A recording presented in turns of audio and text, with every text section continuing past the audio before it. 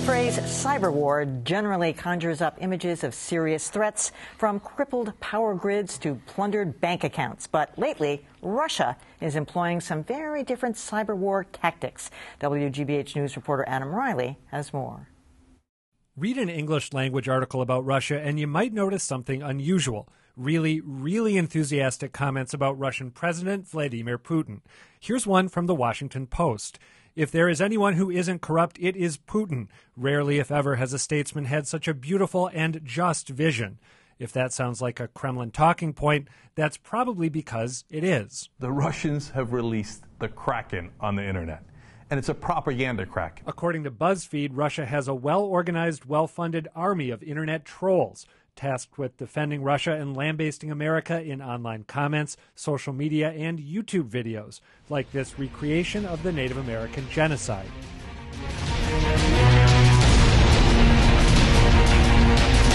American misdeeds are a favorite theme. So are Putin's strength and Obama's weakness, and the idea that Russia offers a noble alternative to Western moral decay.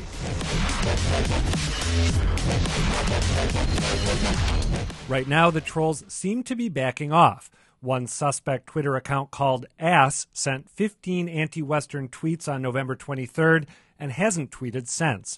Still, the next time U.S.-Russia tensions flare up, wade through the online comments at your own peril. I'm kind of liking this. I mean, who knew they had that kind of sense of humor, for one thing, you know?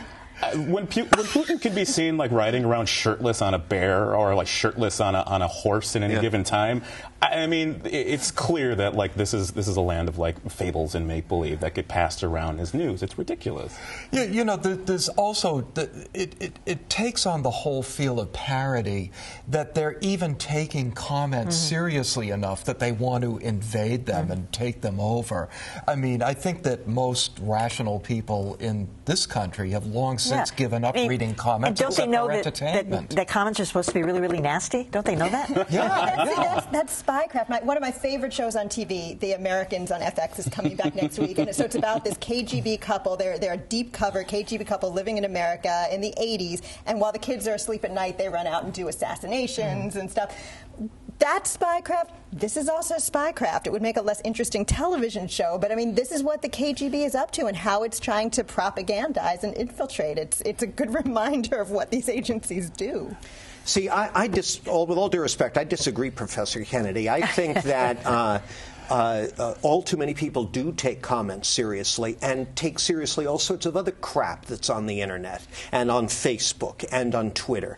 This stuff gets passed around. I'm telling you, during campaigns, particularly presidential campaigns, I spend a good chunk of every day responding to emails from very nice viewers who write and say, "Hey, John, we trust you. My cousin sent me this. Is it true?" And it's usually just the most, utter garbage. President Obama's birth certificate. Fill in the blank.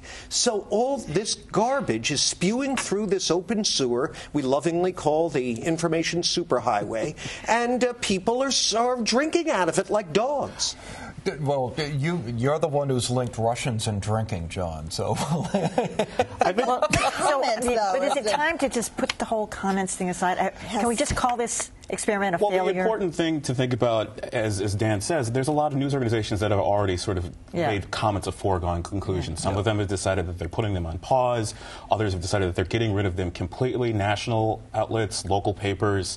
A lot of places now have rules in place for certain stories that are basically a no-go zone for comments. Anything that's around any sensitive subject around immigration, abortion, sort of the issues that will draw out the trolls.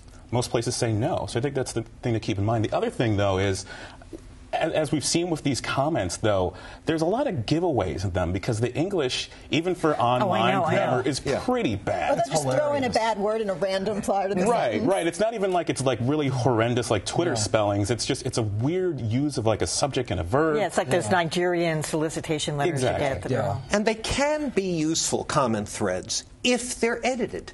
If they're edited. And that takes a tremendous amount of work and time that no one has. I do think a lot of readers have either migrated away and don't even bother with the comments because it's the same 12 people plus 3 Russians coming on with this crazy stuff. If you're not going to edit the comments, don't have them. And John, you have long been a voice of sanity on internet crap in general, and this is just one more example. The Globe still edits them.